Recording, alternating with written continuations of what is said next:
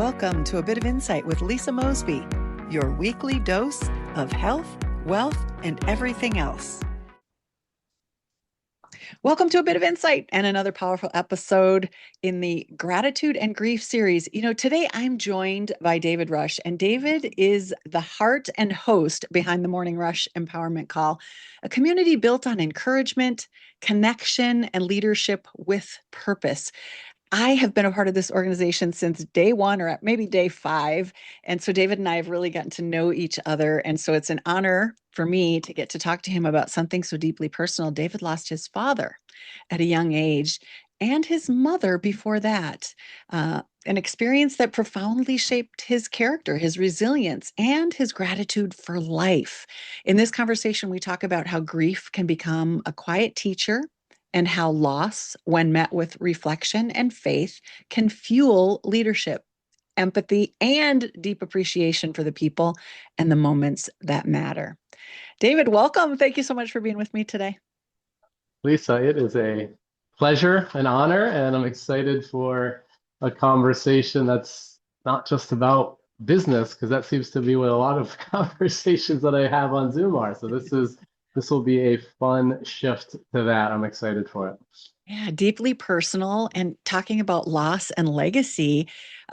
It's hard to put this out there. So thank you for stepping up and offering to have this conversation, to share your heart, because I think it is difficult in today's society. Where do we draw the line between personal and letting people get to know who we are? And being that I went on my own journey, losing both my parents, and I was crying on the Morning Rush, which is an empowerment call, but it's also a business call. And you were there for me every step of the way because you'd been there before.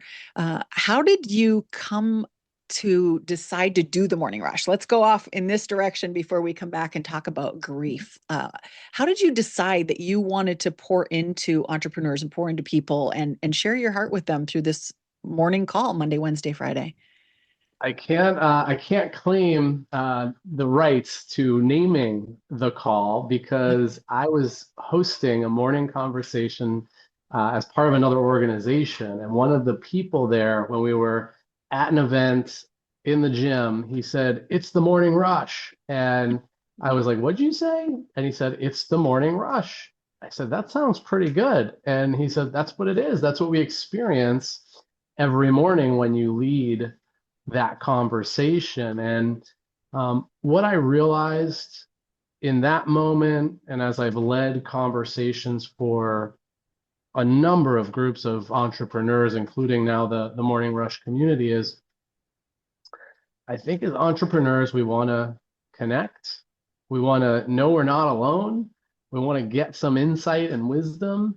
And we want to kind of get ready for the next step, whether it's the start of the day or it's the next step in our journey, our life journey, our entrepreneurial journey. And so that's what really fueled me, because I found the same need. And I think I can see when other people are needing things, and I also know when I'm needing things. And when we can be the space or the one who can provide it for others, that's what really gets me going.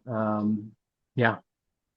Yeah, I think the reason that I stayed with the group as a whole for as long as I did was because there's something missing. When you go to work and you have a job, you get to know your coworkers, but you don't really talk on that deep personal level. The things that we let go of and we talk about and we bring up between loss and heartbreak and health issues and all of the different experiences that people are having, and how do I keep making money, and how do I keep providing for my family while I'm going through this? We actually get to know the people there. And I think that's why so many of us have stuck together over these 3 years. And the people that join just can't say enough about it because of leading. Even in your introduction, you said this is for heart-centered leaders wanting to be the change we want to see in the world. And we are seeing that. 3 years is having an impact. But let's talk about gratitude. How do you define gratitude? This whole series is about finding gratitude through the grief or experiencing grief and getting on the other side of it. But I think for me, at least, those two words were tied together. I was so grateful for the experience of being able to be with my parents when they took their last breaths. And then there was this gratitude of no remorse, no resentment of having had that experience with them. Now, it's been some time since both of your parents have passed, but just gratitude as a whole, or maybe do you think that you live in gratitude for the time that you had with family? Where does gratitude land in your life right now? I think it's been an evolving experience for me because I wouldn't say I was the most grateful. I still have challenges, I think, with expressing gratitude in relationships or in general in life. Like if you ask me to be grateful right now and say something nice, like I could do it intellectually, I could do it. But where the real shift for me of late has been is like I'm not doing it just because it's a good thing to do. I'm doing it because I'm learning how to truly be grateful for the life I've been given, the family I've been given, the opportunities, the talents, like all the stuff that like surrounds me now.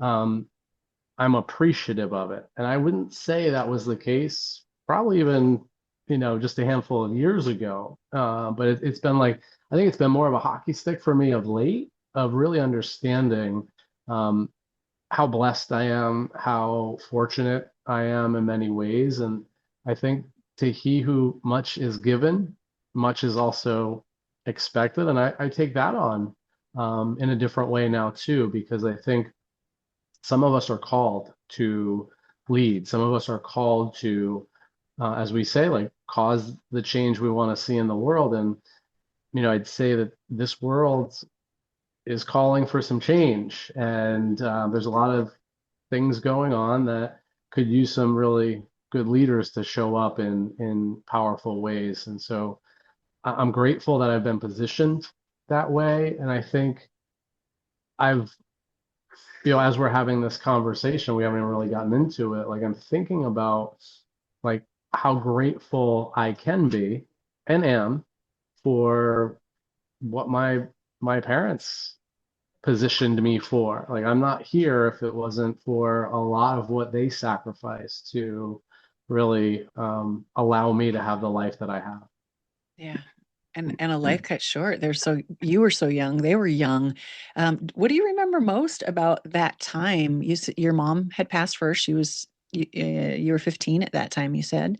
What do you remember most about that time, and how do you think that shaped your early view of the world versus where you are today?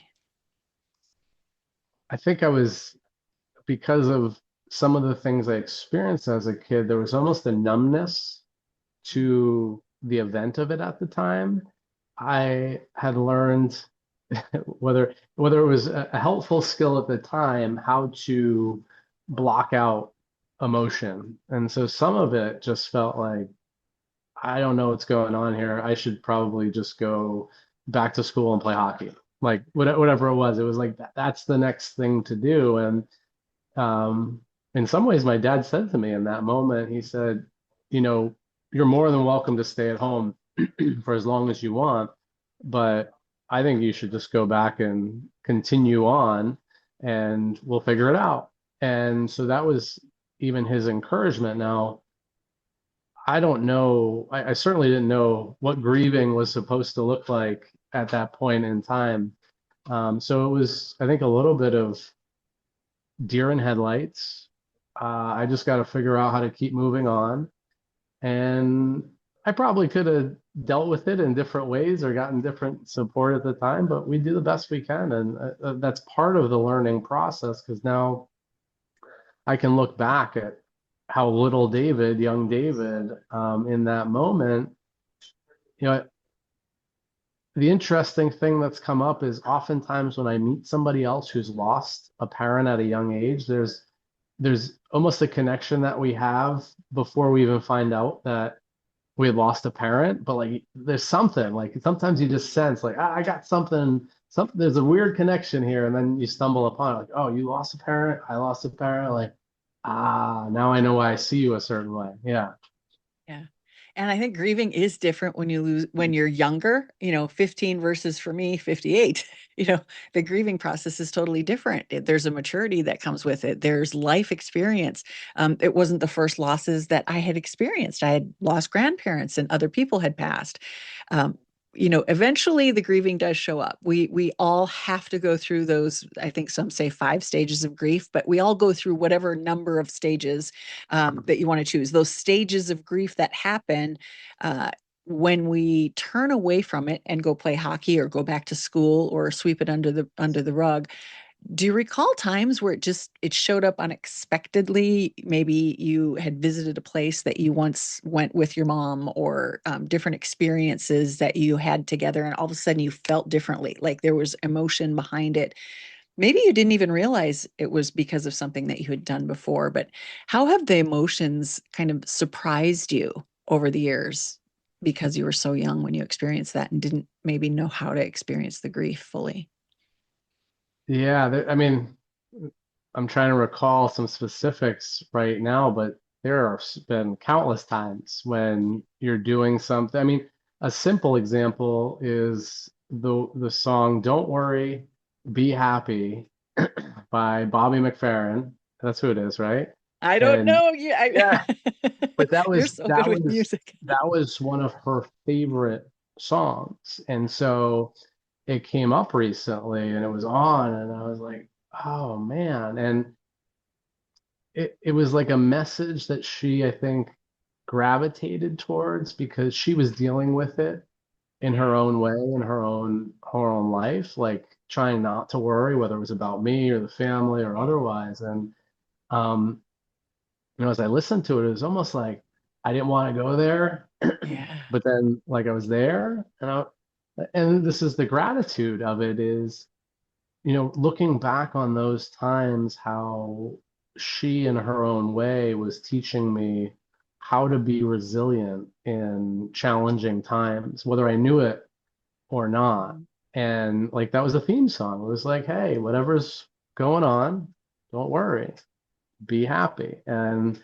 now that I'm a little more scripturally based, like how do you find the joy in the challenge? Like when life, like how do you find joy in suffering?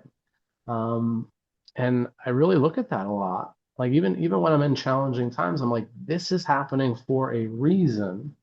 And Mhm. maybe it's happening, I hate the rhyme now, like for a season, but there's a purpose behind this. Like whatever challenge I'm facing, like there's some reason for it. I'm going to learn something from this. And then on the other side of it, it's going to position me for something else that God has in store for me. And that's a new way to say it for me. And I'm grateful for that. Yeah, you're bringing tears to my eyes. Recalling some of those things, I remember that from my dad. We lost my nephew when he was a year and 7 days old, and we decided that every time we saw 11:11 on the clock, alarm clock on your phone, we would think of Memphis, and we would snap a picture of it, screenshot, and we would send it to each other. And it's interesting that this morning or last night, I guess it was, I saw 11:11 last night on the alarm clock, and then we're coming into today to have this conversation. So those little messages to me, I take it as, oh, they're still with me. My parents are still with me. Those little things. He used to always say, people are with you for a reason, a season, or a lifetime. And you're bringing that up here in this conversation. And so those things remind me of moments with my mom or my dad, both parents, had those little I don't know, they're quotes. I call them Larryisms because he had so many of them. There was always these little, things that he would say. And when they happen now, as an adult, when they happen now, I hear them. I know he's with me. I know he's in my heart. I know he's in my cells. Uh, and so that's part of that gratitude, part of those lessons that we get to take with us, the appreciation, if we choose to, we can choose to see that as ways that they loved us. That's how I see it. It's like those moments are still with me because my parents loved me. And it's a way for me to continue to remember that. And I think, as our listeners are some of them are experiencing grief, many people have reached out to me and said thank you for these interviews and thank you for these conversations, because they didn't know how to grieve, they didn't know how to process the feelings, or there's things that come up that they don't understand. And I think that's one of the greatest things that I've learned from this series, is how these moments we get to experience our parents again, through our memories. Uh, so that was something from your mom. Was there something from your dad that stands out? Because you spent more time with him later, and you were with him while he was grieving the loss of, the love of his life. What do you remember from that Yeah, time? yeah. Well, my as you were speaking, my mind was kind of taking a little walk down memory lane, but something that came up recently, he was a coach, he was a teacher, he was very passionate about my performance on the ice rink, playing ice hockey, and also performance in whether it was the academic world or school and things like that. And he had a few phrases. One was, it wasn't just do it, it was do it. Like go do it, do the thing, go play the game, score the goal, like do it. He also would say, give them hell. I think, that was about opponents, or that was about anyone who was kind of trying to prevent you from getting to where you wanted to go. Like give them hell. Like don't back down because somebody's trying to, stop you. And then what I had a third one. Do it, give them hell, and go get them. Go get them. I think that was in alignment with give them hell, but it was like go after it. And these came up recently because I was in a leadership conference. I think it was Patrick Bet David, but a story came up where somebody was saying some of these lines, and it comes back to the gratitude of what my father just instilled in me. Uh, and I didn't even realize it, but like I can even see the like pieces of paper or the notes that he wrote these words on. I could see his handwriting because a lot of times it was about an upcoming game or some message he was just putting together where he was showing me something on a piece of paper. And um, those memories are, and it, I didn't always appreciate them at the time, but now we're having this conversation. It came up recently, and I'm saying, man, for all the challenges we had, like he was a loving, caring father. He was someone who would do anything to help me out and to position me if I asked for it. And um, I didn't always appreciate that in the moment of it, but looking back, that's one of the lessons I learned. I guess for anyone, if this is, people listening in, um, I think our parents were doing the best they could with what they were given. And sometimes for us, it may look like, why weren't they more this or more that or this thing or that thing? And we can be critical, but I had a really powerful moment of forgiveness for him and actually forgiveness for me because I had made him a criminal in some ways. Like in my over the course of my life, I made him out to be a bad guy, and it was so unsubstantiated now. Like not that it wasn't substantiated at the time, but it was like such a small portion of who he really was that like now I can realize, man, my dad was like an extraordinary guy, and he had his own challenges and was just trying to do the best he could with what he was given. And we've all got our blind spots and challenges and all these things. So that's something I would maybe gift anyone listening is sometimes we don't fully realize some of the challenges our parents went through, and sometimes we'll point a finger when man, they were just trying to do the best they could with what they were given. Yeah. And I think my mom was 19, my dad was 20 when they got married. He was, it was 1963, Vietnam, uh, how are they going to raise a kid? Like you think of the times and what they went through. That's my scenario. But everybody who's listening, looking at your own scenario, could we get into our parents' shoes? Could we figure out, what were they going through at the time? Look up old newspaper reports and see what kind of challenges they were facing. And they had to put food on the table and feed kids. So um, yeah, they do the best they can with what they're given. And the other thing is the tools. I know I went through Tony Robbins training in the early 90s. You were part of another organization. What is the group that so many of the members of the Morning Rush have gone through? The learning group.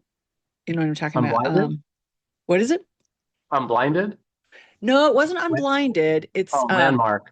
Landmark, yeah. I had done Landmark, like the first year, and it was in its existence, like 18, 19 years old. So nothing compared to what it's like today, where it takes you through and gives you tools to understand the language you use, to understand the feelings that you're having, to understand how we show up in the world, because we don't ever have that. Nowadays it's available. When our parents were younger, not as much. They had to figure it out. Weren't many leaders out there that were showing them the way.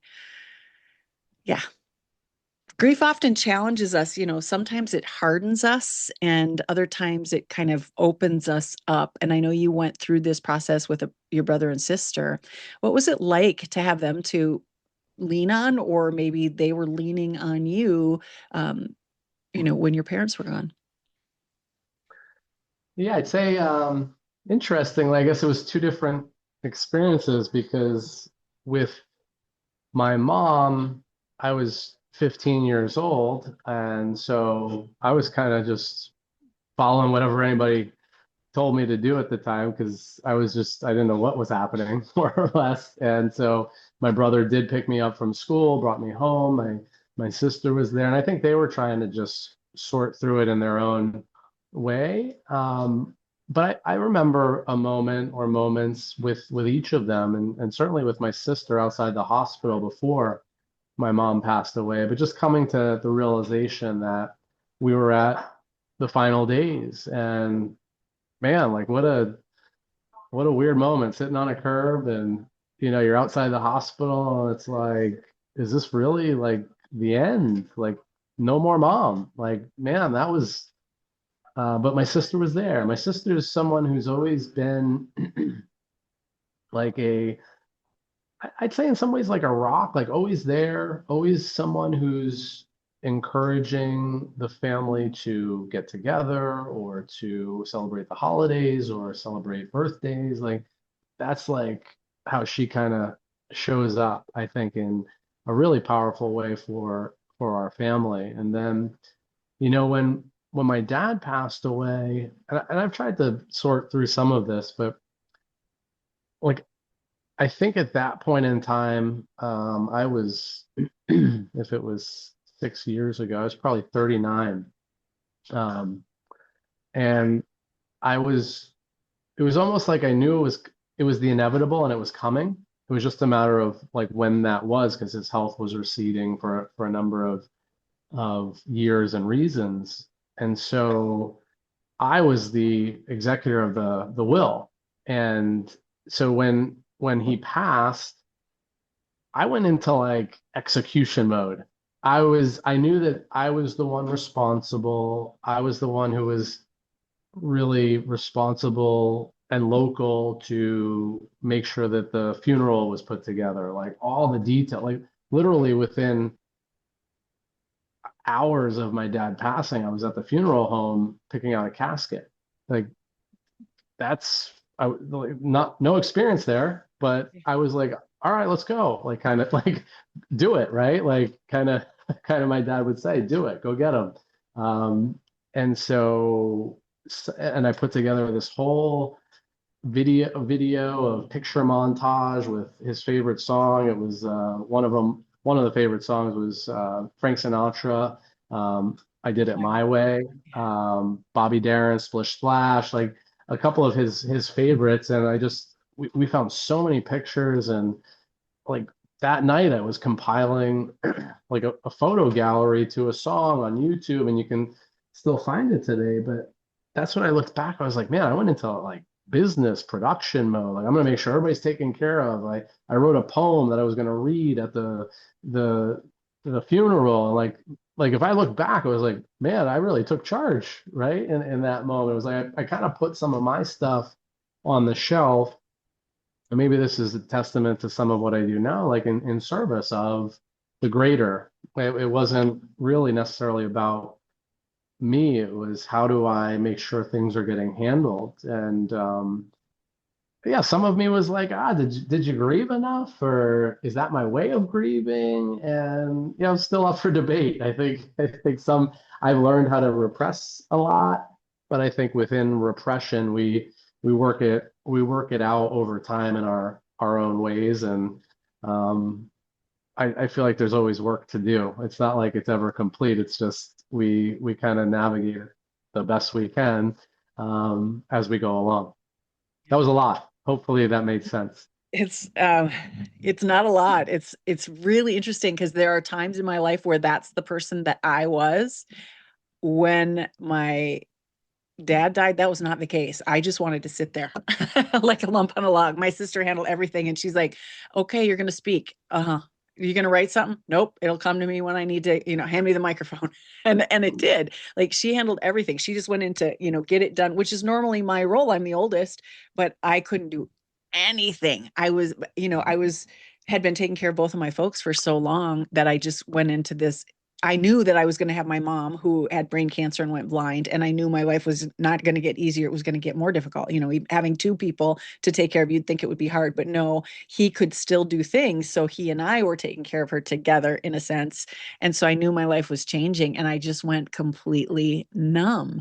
And I don't think there's any right or wrong way. I don't think there's a supposed to way of grieving. And I'm always fascinated with how our inner self, how our soul does what needs to be done to take care of us, whether that's being able to close that piece down and set it aside, knowing that it's probably going to come up later, or letting you feel the feels in the moment, being fully present so that you can move through it and not get stuck in it. Both work, and it just depends on the individual on what's right for you in the moment. And it was different for my dad versus for my mom versus when Memphis died.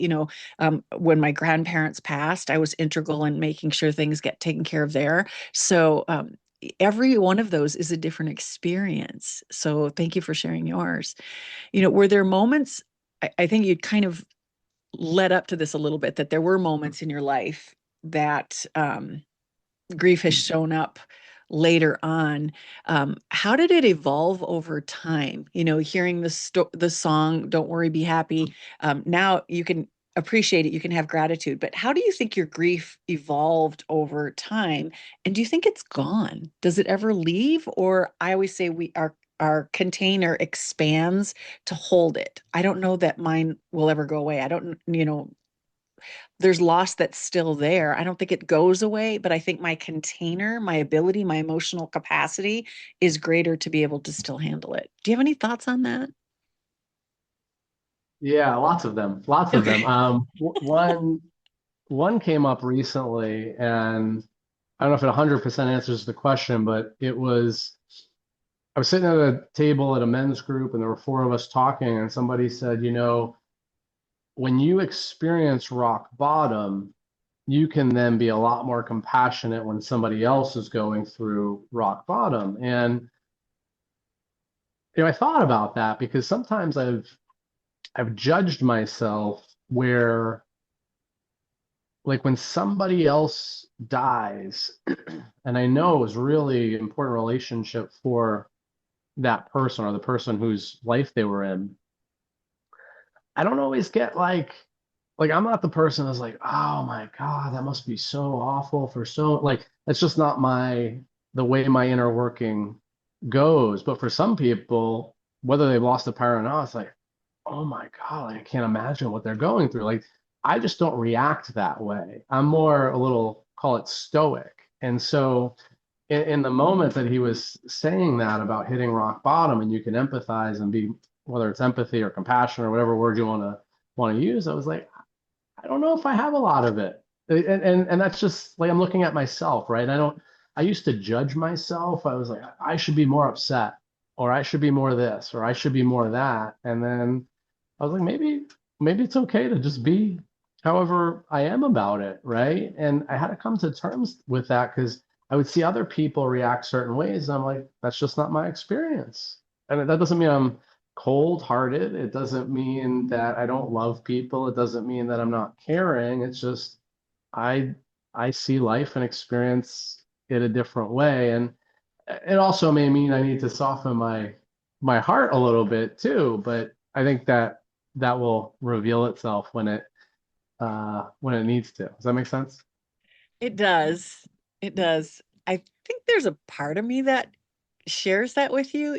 I have a sense of empathy, but I won't get in the mud with somebody else. I can hold space for them, I can listen to them, but I don't necessarily feel their feels, where a lot of people do. Like when they hear of something tragic, their emotions are mirroring or matching somebody else's emotions when they're experiencing that. And I don't experience other people's emotions that I, way.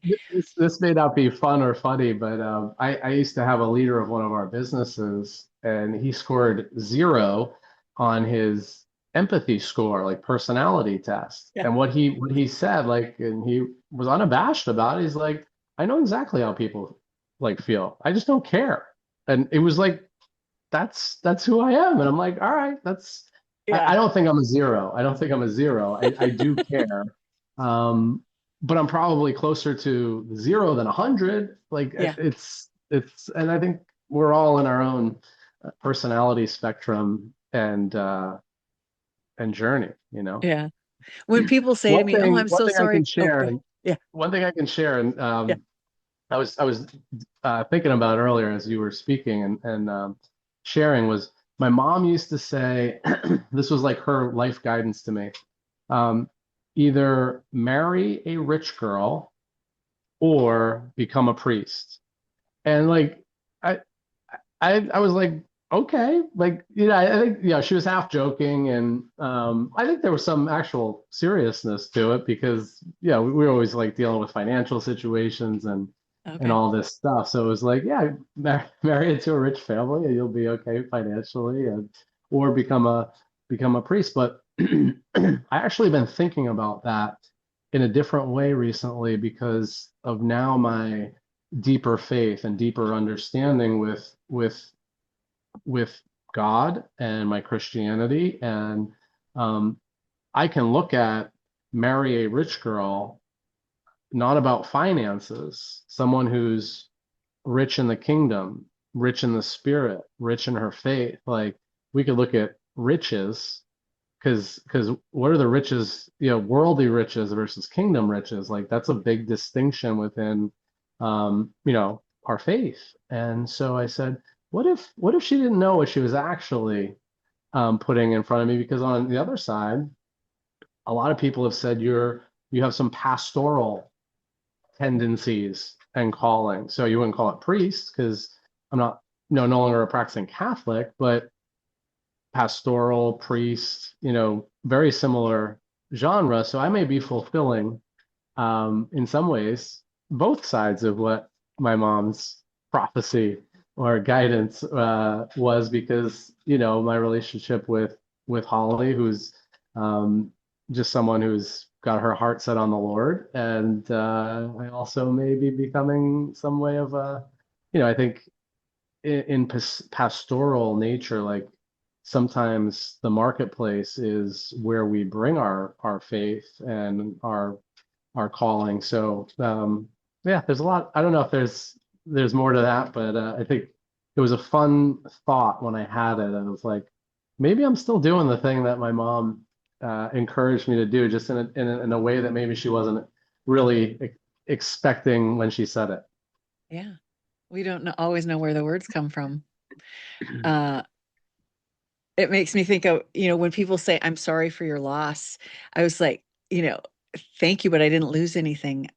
He knew where he was going. I know where he is. And when I'm experiencing grief, it's more grief for me. Like I'm missing that I get to be with him, but I'm happy that they are where they are. When you're a person, when you're a believer, a person of faith, and you believe that your parents are going to go back and be with the Lord, it's a different experience. And earlier you said something about feel all the experience, being able to go through it and have the experience. When he was dying, he didn't, he was like, well, I'm ready, I know it's coming. And he just had a different mindset about it. Like he wasn't fearful. There was zero fear, no fear at all. He just kept saying, I know whose I am, and I know where I'm going, and those kinds of things. And I really believe he was saying that to hear himself say that, but also I think to alleviate some of our loss, that feeling that the rest of us were experiencing, losing him. And he's like, but you're not losing me. I'll always be with you. I'll always be in your heart. I know where I'm going to be. I'm not going to be lost. And I think when we don't have faith, and when we don't believe in something higher or have a higher power, there is a sense of loss that comes along with grief. It's a different experience when you have a strong faith and you know what's coming, and that we've all been saved as believers. And, we don't necessarily have to fear anything. We're actually going home. And that's a place of safety and security, not necessarily fear. We're just letting go of this world for the next. And you had kind of mentioned the riches of the kingdom. Do you want to speak to that at all? In what regard? Like the riches We're of the just going kingdom, or? home. Yeah, just going home, and not living in fear, and embracing, if the Lord knows that, he counts every hair on our head, and knows everything that's happening, do we have anything to fear? And do we need to fear death at all, or when that time will come when we will all expire? Yeah, I mean, there's a lot of biblical verbiage. Let not your heart be troubled, so to speak. Like, don't worry, don't fear. Like I've got you. You're going to be taken care of. Be strong and courageous. And so I've I think that's been a recent evolution for me too. A more recent evolution is like, oh, I it's not an intellectual, like, if you ask me where I'm going, I might answer a multiple choice and say heaven.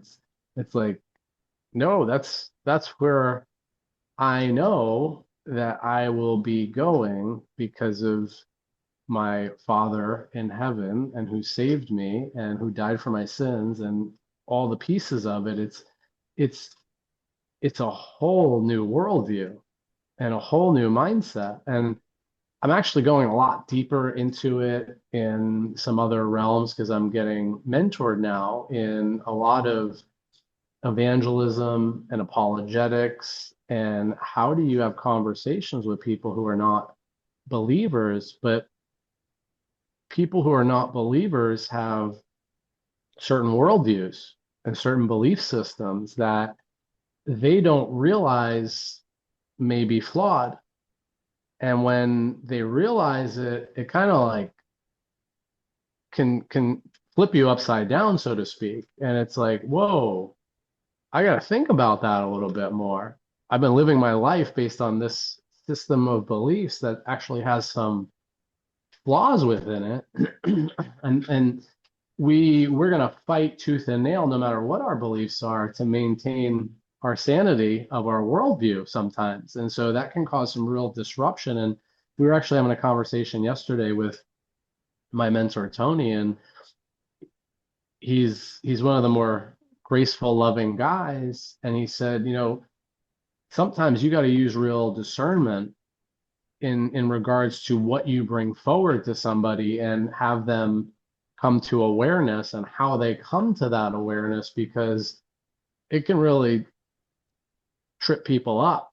And so I've never even thought about that. I'm like, yeah, I just want to tell people that I believe in Jesus. But now, like, there's like an arts and crafts to how we share our faith, such that we're still taking care of people and doing it with love and not causing enemies. Like, I heard it this way: like, you're just you're dropping a pebble in somebody's shoe, and like it has them have to, like, kind of walk a little bit funny and like work through something. It's not, you're not always trying to save people. It's just you want to drop a pebble in and have them get a little uncomfortable and maybe see something a little bit differently. And I thought that was a good view, but it's an interesting it's an interesting new evolution in me.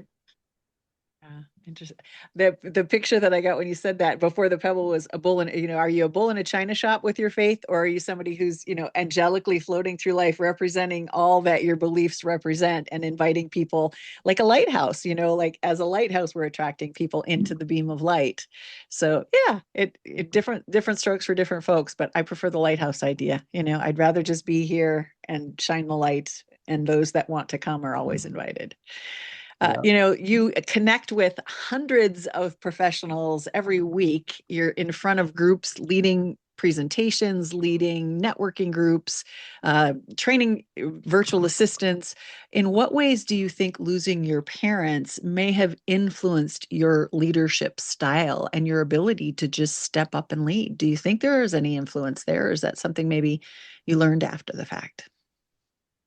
Well, I think as we were chatting about before we began the formal conversation, I was reflecting on who my mom was and who my dad was. My mom was a nurse who cared for people her entire life inside of a hospital, aside from caring for her family, her children, and relatives. And my dad was a teacher who loved to teach. He loved to coach. He was someone who had a deep caring and passion for other people and seeing um, a lot of times like less fortunate people succeed. Like he rooted for the underdog. Like he wanted to find the unsung heroes and show them that they could be heroes. And that, I was reflecting on some of the movies I love. Like I love movies that are like the underdog story, the least likely person rising like a phoenix from the ashes, like the David going out onto the battlefield and toppling Goliath. And in some ways, this was something that hit me a couple of years ago now. The business that we're building for virtual assistants, I spoke with a woman in the Philippines who I said, why do you want to, she wanted to launch her own agency. And I said, well, why do you want to do that? Because I like to ask those questions, like what's so important about this for you? And man, I know we don't have a lot of time to go into the full story, but she just said, and she started getting very emotional after I just asked the question. She said, there are so many single moms and moms in the Philippines that are just struggling to get by. And one of the things she wanted to do was to provide them a way to learn skills and then earn for their family so they could literally just put food on the table for their kids. And some of these were single moms just trying to figure out life. And when I heard that story, I was like, that's, everybody talks about like what's something you could get behind, like what's something you're passionate about. When I heard that story, I was like, man, that's an easy one. I was like, I could get behind that, and that planted a seed. And then within a few months of that conversation, I met the founder of Access Virtual Staffing, and he had a similar passion for launching a virtual staffing business. And I said, funny, you should mention that. And I told him the story, and um, man, now I get to do a lot of the things that my mom and dad did in their lives. I get to coach people, I get to guide people, I get to care for people. I get to find unsung heroes and put them in positions where they get to be heroes in somebody else's business. I get to help business owners realize that there's incredible people across the globe that could help support them fulfilling on the dream that they had for their business to be at the same time realizing that they're struggling and they need to figure out ways to make it work. And that's somebody said to me a little while back, like you're like a dot connector, and it really kind of hit on a lot of who I am. Is like I love to see where all these different things are happening and how to connect people, connect ideas so that it all works out as best as it could for everyone. And that's kind of where, if I were to say that, I think my mom and dad had a very similar, if not the same kind of heart, where they cared about people. They wanted people to either get well or to thrive, and to have people that might be a little bit under the radar um, have their light shine bright, so to speak. Yeah. Yeah. If your parents could see the man that you've become, if they were here with us and could see the man that you've become, the community that you've built, what do you think that they would say to you? That's a good question. My birthday was recent, and Yeah. so I think it was my sister. Somebody put in the chat like they would be very proud of you right now. Like I don't know if you can. Uh, I think they'd be surprised in some ways. Like if it was like, I didn't know what he was doing, and now he's like doing this. It's like really. But I think at the other sense, I think both of them had a very um, just deep view of who I was and who I could be. So I think the surprise wouldn't be too long. Be like, yeah, that's my son. Like that's exactly what I would, you know, want him to be doing. Like I think he's in a really good position. I think his heart's in the right place, and he's doing and doing incredible things and touching people in all kinds of amazing ways. And that's not ego. That's I think in the past I would have said that from an egoic place. Yeah. Um, Now it's just like it. This was the coolest thing today. It happened today. Um, we we were talking with one of our virtual assistants who was being onboarded with our new client today. We were waiting for the client, and somehow he shared that he was a youth pastor in the Philippines. And I started sharing a little bit about my faith journey, and he said, "I knew it." And I said, "What'd you know?" And he said, "Even based on the limited interactions that we had, I could tell you were a man of God." I was like, that just it hits me now. Like that's that's how um that's how I come across. Like I haven't. Sometimes I don't realize we don't realize how we show up for people, and there's moments where it gets reflected back to us that in many ways we are that person. And it didn't hit me like it hit me right now then, but that was a moment where I was like, and it was even better. He said, "Your whole team gave me that experience." Mm. And so it wasn't just who I was, it was, and our whole team is of faith. And it was like, that's, that was such a beautiful thing to realize that, like, that's how we're touching the virtual assistants. That's how we're touching clients. And it's like palpable. It's not like, hey, this is who we are. We treat our VAs and clients well. It was like live in living color. I knew that about you. And I was like, what? So sometimes you realize you're you're actually embodying the thing you say you're all about. And that touched me. That was like I was like, it's just in a moment, like really happy, like not like jump up and down happy, but like genuinely heartfelt, like we're doing some cool stuff. Yeah. Yeah. It makes me think of the word joy versus happy. Happy, we can choose to be happy. There's a book, you can choose to be happy, but joy is that feeling that exudes from the inside out, that people get to see and that you pour into other people when you experience that pure bliss within your soul, that joy that comes out. And I see that in you. And I think that's why we're attracting so many people to the Morning Rush, so many heart centered people who want to be a part of that community and want to feel that joy, feel that presence that you offer in that space that you've created. So thank you from all of us for doing that for us. Uh, Last thought. Any final thoughts for the people that are watching and listening? I mean, I don't think I would have. said this in the past, but if it's like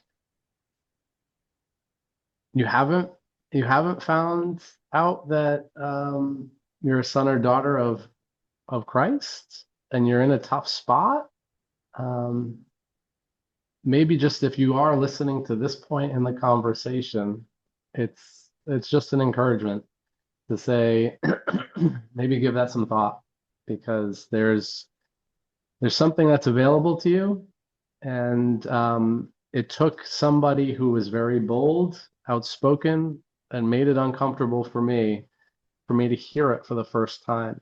And so this isn't a big exhortation here from me, but it is a place where you can find peace, certainly if it is a challenging point in your life.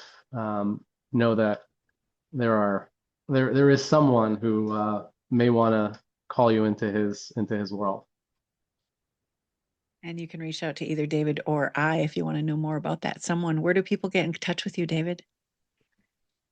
David at accessvirtualstaffing.com, or look me up somewhere. I'm on socials and other things. David Rush. We'll Yeah. have your LinkedIn information, and of course your Morning Rush information will be in the notes for this too. Thank you so much for sharing your heart and your story with so much honesty and from the heart. And when you say that you may need to open that up, I don't know, not from where I'm sitting. I think you're doing just fine being heart-centered.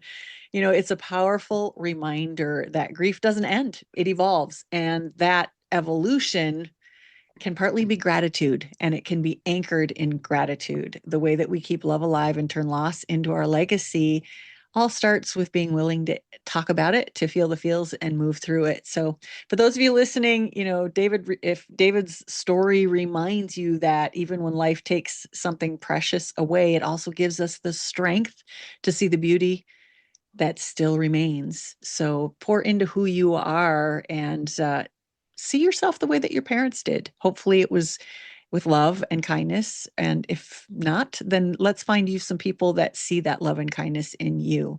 And if we can be of support to you, please reach out.